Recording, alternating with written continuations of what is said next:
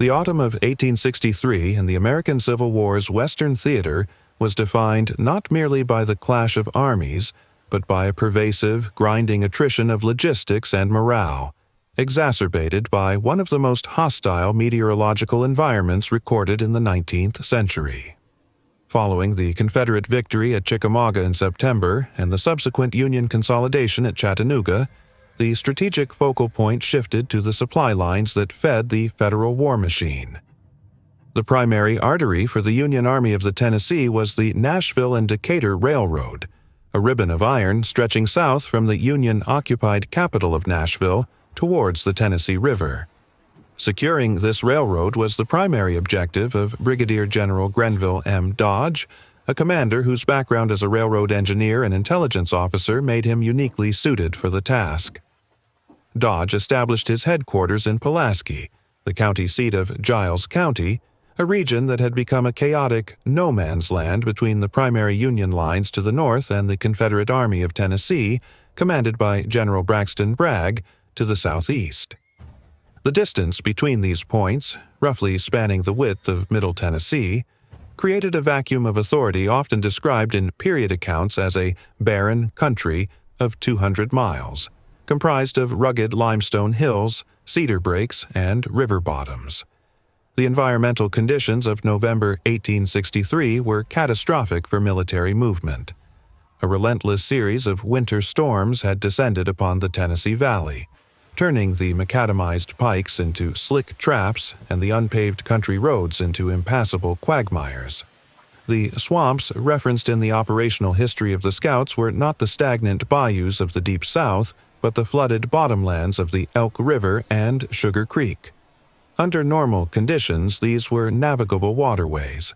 Under the deluge of late 1863, they became treacherous, icy morasses, thick enough to hold up a horse in terms of ice, yet boggy enough to swallow a rider in mud. The Elk River, usually a scenic tributary, had swollen to a torrent, forcing any courier or scout to utilize specific, heavily guarded bridges or risk death in the freezing currents. Into this sodden landscape, General Dodge unleashed the 7th Kansas Cavalry, a regiment with a reputation so fearsome they were known colloquially as Jennison's Jayhawkers.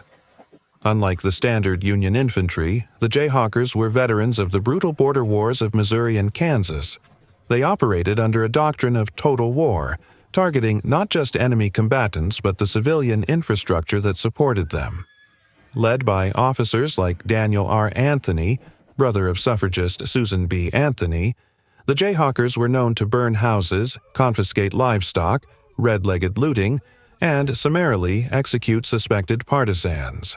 Their presence in Giles County escalated the conflict from a conventional occupation to a high-stakes hunt. They were not merely patrolling, they were eradicating. The psychological climate was one of extreme paranoia.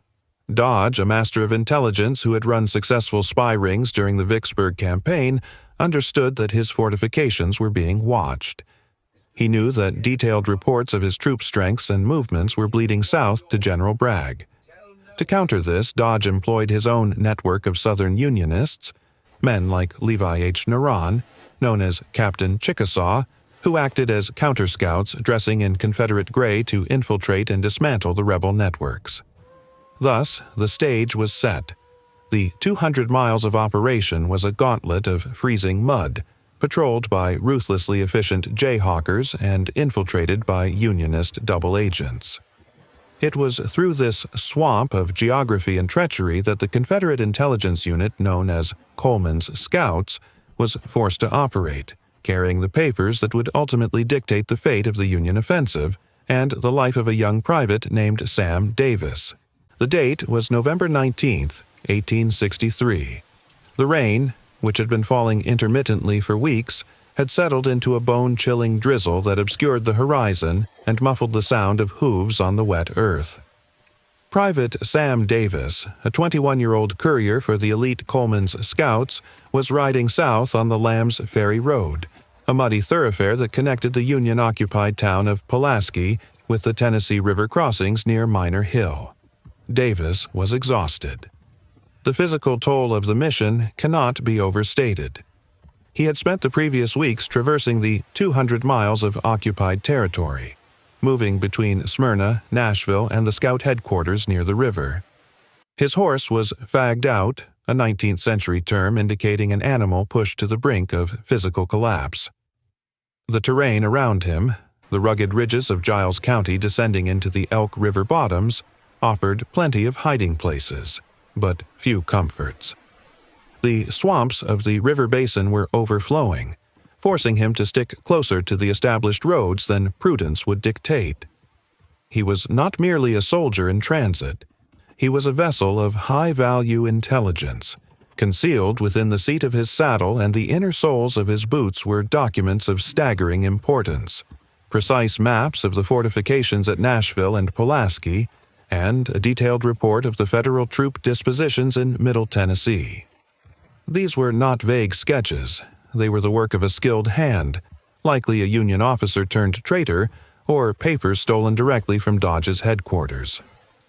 As Davis approached a point roughly 15 miles south of Pulaski, near the settlement of Minor Hill, the fatigue became overwhelming.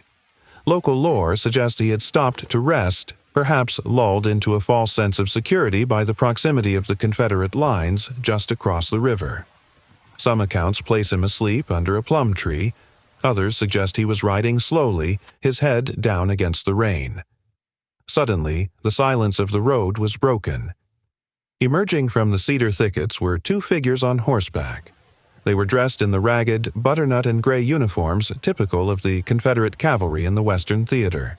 To Davis's tired eyes, they appeared to be salvation, fellow stragglers or scouts returning to the lines. The men hailed him. The interaction was brief and, initially, cordial. They asked his identity. Davis, lowering his guard in the camaraderie of the lost cause, admitted he was a Confederate soldier, a member of the 1st Tennessee, on special duty. He may have even produced his pass, signed by E. Coleman, the enigmatic commander of the Scouts. It was a fatal error. The two men were not Confederates. They were members of the Chickasaw Scouts, the Unionist counterinsurgency unit led by Levi Chickasaw Naron. The gray uniforms were a ruse de guerre, a violation of the standard laws of war that was nonetheless common in the savage, irregular conflict of Tennessee. As Davis realized the deception, the trap snapped shut. He spurred his tired horse, attempting a desperate dash for the cover of the woods. But the Chickasaw Scouts were ready.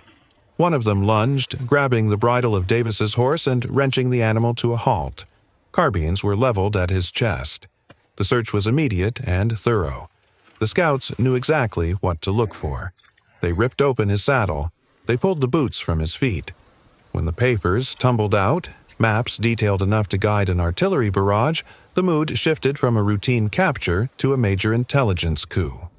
Davis stood in the mud of the Lamb's Ferry Road, shoeless and disarmed, the cold rain soaking his socks. He looked at the men in the stolen gray uniforms, realizing that his journey of 200 miles had ended not in the safety of the Southern lines, but in the grip of the 7th Kansas Cavalry. He was a prisoner, but as the scouts bound his hands and prepared to march him north to Pulaski, they did not know that they had captured only the courier, not the architect. The true master of the spy ring was still unaccounted for, or so they thought. To fully comprehend the gravity of Sam Davis's capture, one must pivot from the muddy road at Minor Hill to the broader, intricate machinery of espionage that defined the Tennessee campaign of 1863. The main topic of this report is not merely a biography of a soldier, but an autopsy of the Coleman Scouts, a unit that functioned less like a cavalry troop and more like a modern intelligence agency. Samuel Davis was born on October 6, 1842, in Smyrna, Rutherford County, Tennessee. He was a product of the southern landed gentry, the eldest son of Charles Lewis Davis and Jane Simmons Davis. His upbringing was steeped in the Cavalier traditions of the region. In 1860, he attended the Western Military Institute in Nashville, where he was molded by Headmaster Bushrod Johnson, a future Confederate general. Davis was described by contemporaries as rosy-cheeked and handsome, with a frank, open face, features that belied a steely interior forged in combat. He was not a novice. He had fought at Cheat Mountain, Shiloh, where he was wounded, and Perryville, severely wounded. It was his recovery from the Perryville wound that led him to transfer from the infantry to the Scouts, exchanging the battle line for the Shadow World. The architect of the Confederate network was Captain Henry B. Shaw. A former teacher of Sam Davis, Shaw operated under the alias E. Coleman. Shaw's genius lay in his cover. He posed as an itinerant herb doctor, a harmless eccentric who wandered through federal lines dispensing natural remedies to sick soldiers and civilians. This persona allowed him to physically enter Union fortifications, count artillery pieces, and assess morale without arousing suspicion. Coleman was a ghost. Union General Dodge knew the name and the danger it represented, but he had no face to put to it. The Coleman Scouts were an elite fraternity of approximately 100 men. A partial reconstruction of their roster reveals a unit that suffered horrendous attrition, yet maintained cohesion through deep personal loyalty. A critical, often overlooked dimension of this intelligence war was the role of African Americans. The Union Army relied heavily on black dispatches, intelligence provided by escaped slaves who brought detailed logistical data to federal lines. General Dodge acknowledged that this was his chief source of information.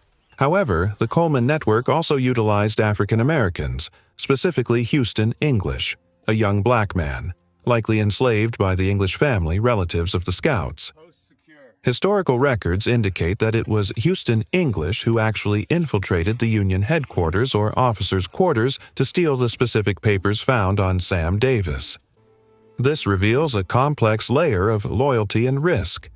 For Houston English, caught between the lines, the penalty for espionage would have been immediate execution, yet he served as a linchpin in the Confederate chain of custody.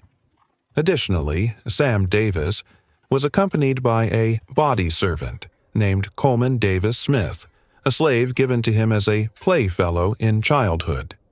Smith was captured alongside Davis and imprisoned, adding a deeply personal racial dynamic to the cell block drama.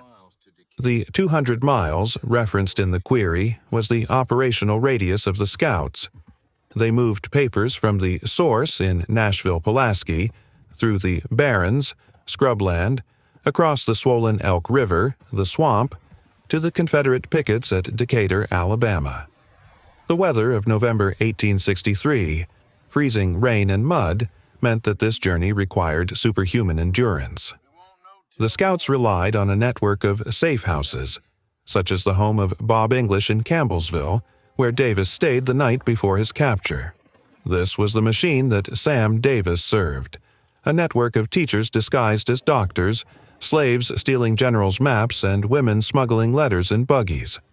It was a machine that was functioning perfectly until the moment the Chickasaw Scouts closed the net at Miner Hill. When Sam Davis was marched into Pulaski on November the 20th, 1863, the rain had not ceased.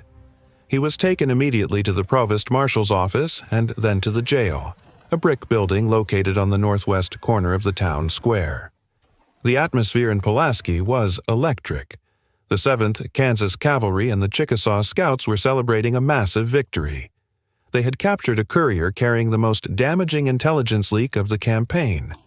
General Grenville Dodge, however, was not celebrating.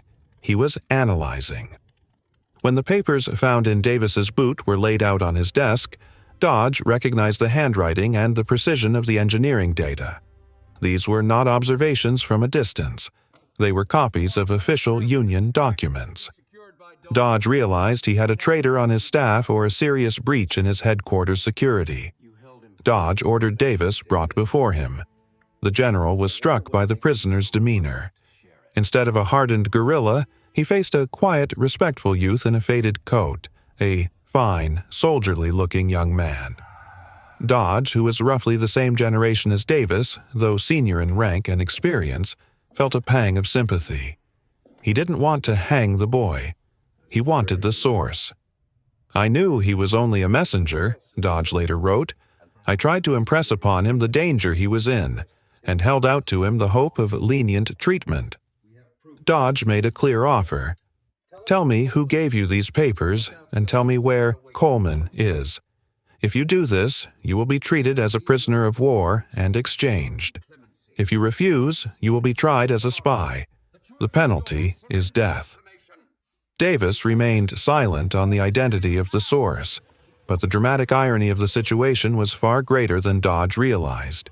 In the massive sweep that had netted Davis, the Union troops had also captured a scruffy, unassuming man carrying a basket of herbs.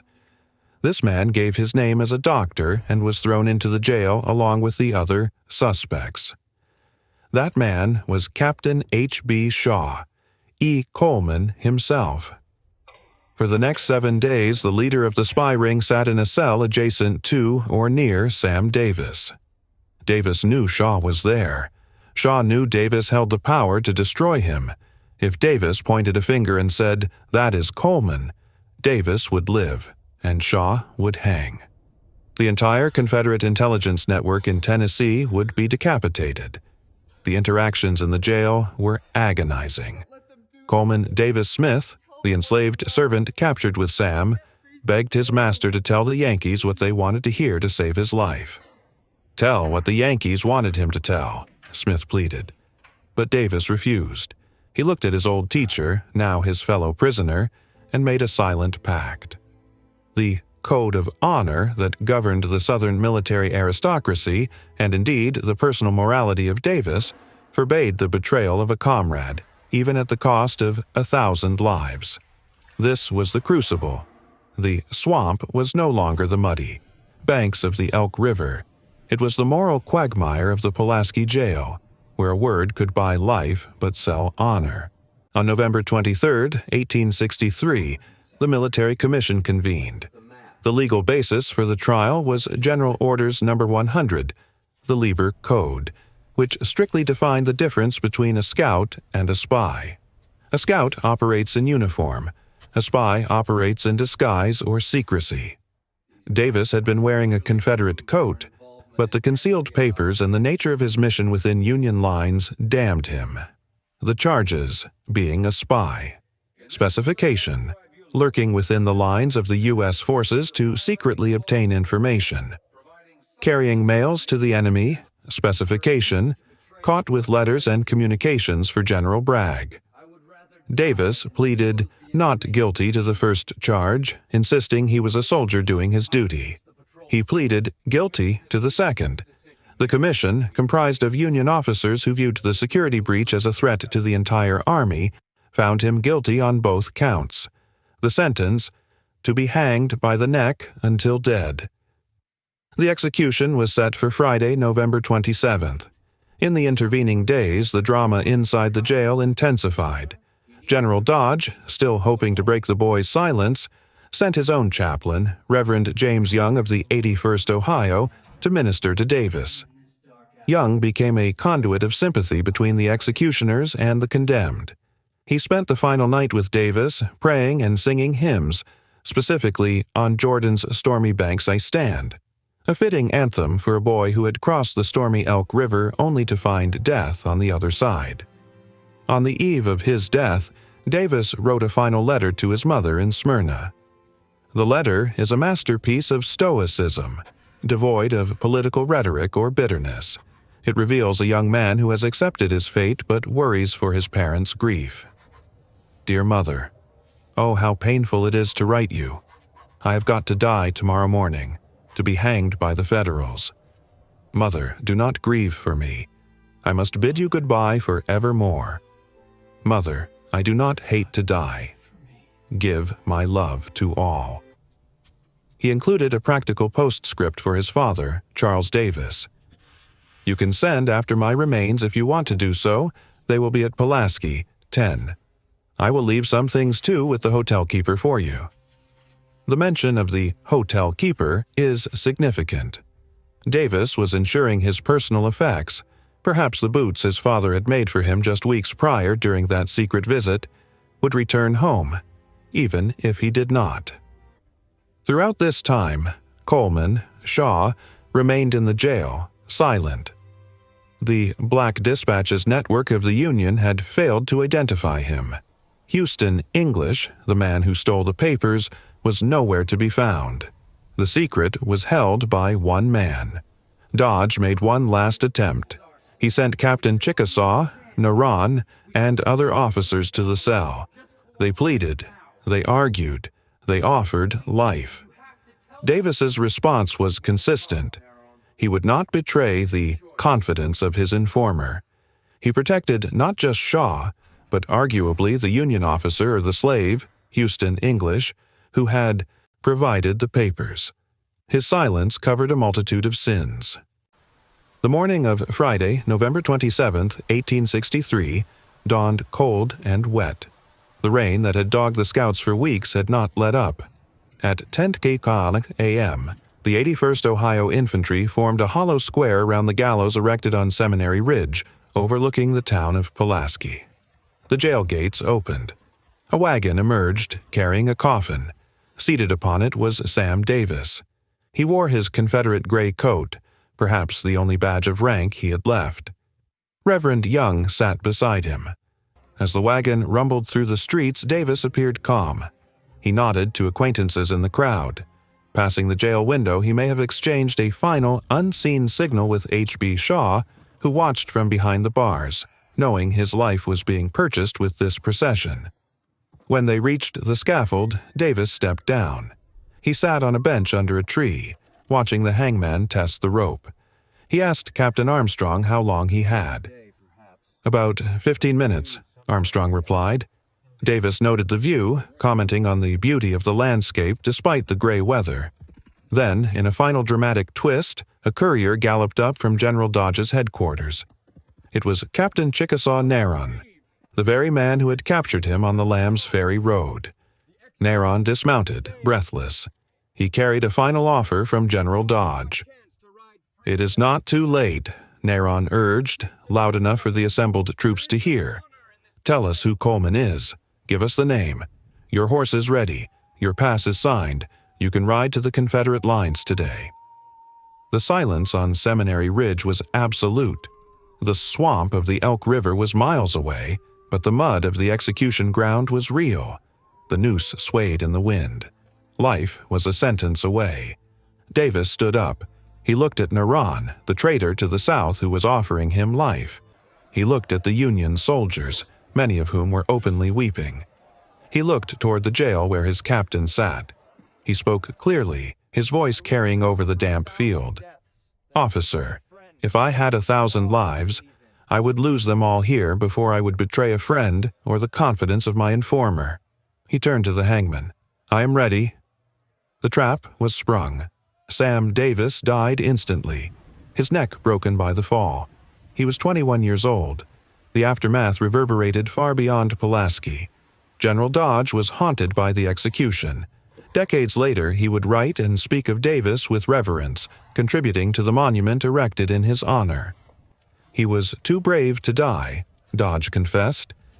H.B. Shaw, Coleman, was eventually transferred to a northern prison, his identity still a secret. He survived the war, posing as the herb doctor until the end. He owed his life entirely to his students' silence. The boy hero became a legend, often called the Nathan Hale of the Confederacy. Monuments rose in Nashville and Pulaski, but the true history is not just one of martyrdom. It is a story of a sophisticated intelligence war where Black Dispatches, Jayhawkers, and Chickasaw Scouts battled in the freezing mud of the Tennessee Valley. Sam Davis walked 200 miles through that valley, and when the road ended at the gallows, he chose the only path that led to honor. The rain continued to fall on the fresh grave, washing the mud from the boots his father had made, but the silence of the scout remained unbroken.